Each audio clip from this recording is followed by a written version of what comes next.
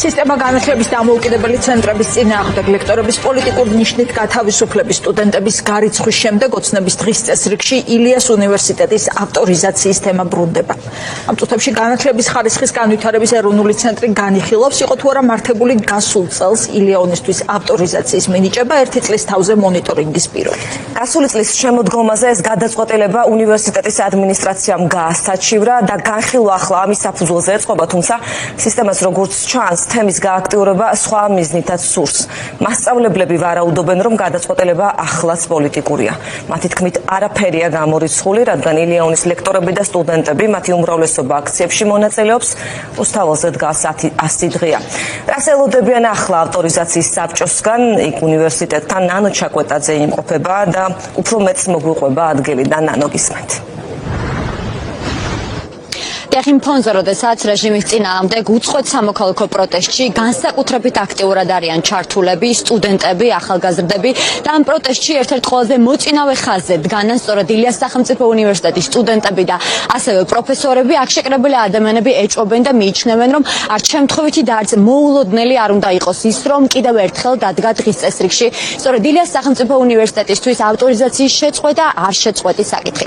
ეს ხდომა საბჭო ახლა მართავს ხდომას, სადაც მიიღებს შესაბამის გადაწყვეტილებას ავტორიზაციასთან დაკავშირებით, თუმცა როგორც ჩანს, ამ ხდომის შემდეგ უკვე გადაწყვეტილების გამოცხადება ამ საბჭოს მოუწევს ხმაურისა და პროტესტის ფონზე, რადგან გიჩვენებთ კადრს, რომ ახლა განათლების ხარისხის ეროვნულ ცენტრში, განვითარების ეროვნულ ცენტრში, ეზოში შეკრებილები არიან მოქალაქეები, უფრო ზუსტად კი ძირითადად ილიას სახელმწიფო უნივერსიტეტის სტუდენტები, პროფესორები, ლექტორები, რომლებიც მიიჩნევენ, რომ მთლიანად ავტორიზაციის საკითხი თავისი ყველა ეტაპით, მათ შორის დღევანდელი ხდომითაც აიხსნება ცალსახად პოლიტიკური მოტივაციით. აქ ხედავ ქეთი გურჩიანს, ის პროფესორია, განათლების სფეროს ექსპერტია.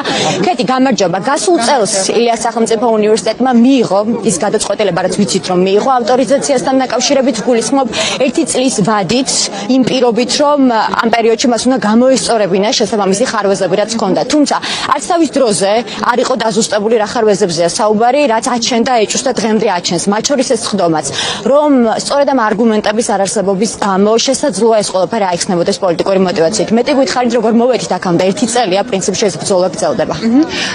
კი ბატონო, ესე იგი, თვითონ ამ პროცესის შესახებ მცენელისთვის ალბათ ასე თუ ისე ცნობილია.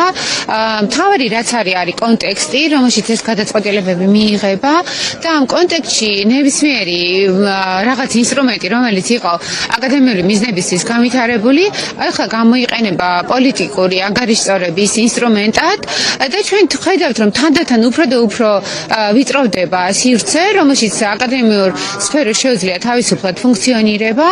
ამ წუთას ჩვენ ამას აღვიქვამთ როგორც ძალიან დიდ დარტყმას და შეტევას და ძალიან დიდი იმედი გვაქვს, რომ ჩვენივე კოლეგები, რომლებიც არიან ავტორიზაციის საბჭოს წევრები, ამ წუთას მიიღებენ აკადემიური და საუნივერსიტეტო სივრცისთვის სასარგებლო გადაწყვეტილებას და თვითონაც გაიაზრებენ, რომ შეიძლება სისტემა მათ იყენებდეს იარაღად. უღრმის მადლობა. მანანა რატიანს ხედავ, ქავტომ მანანა, გამარჯობა, პირდაპირ ეთერში მუშაობთ.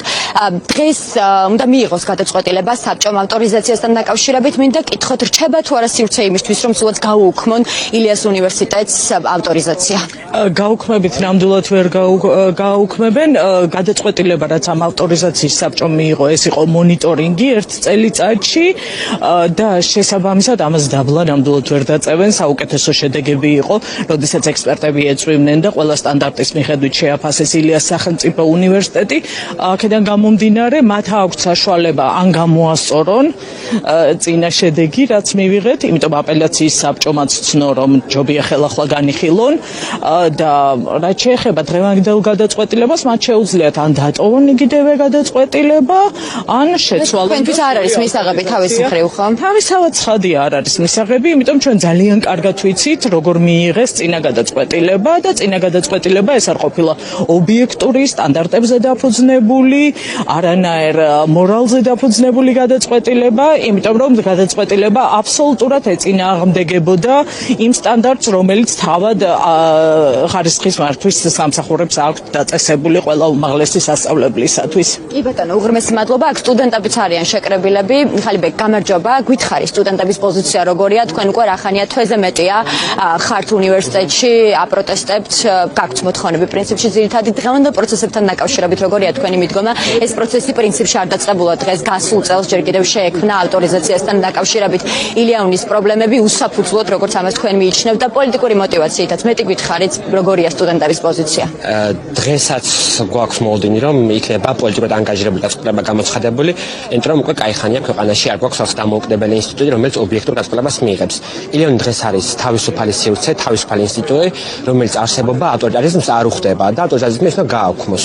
ამიტომ ეს არის პირველი მცდელობა აქეთკენ და გვაქვს მოლოდინი, რომ ისევ იქნება დროებით ავტორიზაცია ცხადია, უსაფუძვლოდ, რადგან ესეთი არის პოლიტიკური დავალება, რაც მიიღო საბჭოს წევრებმა ჩვენი ასეთ. კი ბატონო, დიდი მადლობა. მე ისევ გიჩვენებთ კადრს განათლების ხარისხის ეროვნული ცენტრის ეზოში არიან მოქალაქეები შეკრებილები, აქ არიან ილიას სახელმწიფო უნივერსიტეტის სტუდენტები, არიან ასევე ლექტორები, პროფესორები, ისინი ელიან თუ რა გადაწყვეტილებას მიიღებს საბჭო. მე გაგახსენებთ, რომ დღეს ავტორიზაციის საბჭომ უნდა გადაწყვიტოს და აკმაყოფილებს ილიანის აპელაციას თუ ძალაში დატოვებს საკუთარ დასკვნას, რომლის თანახმადაც ავტორიზაცია ილიანის ერთწლიანი დაკვირვების ვადით მიენიჭოს. სწორედ ეს გაასაჩივრა გასულ წელს შემოდგომაზე ილიას სახელმწიფო უნივერსიტეტის ადმინისტრაციამ. დაახლოებით 1 საათი, რაც გრძელდება ეს ხდება, ნახოთ რა გადაწყვეტილებას მიიღებს საბჭო.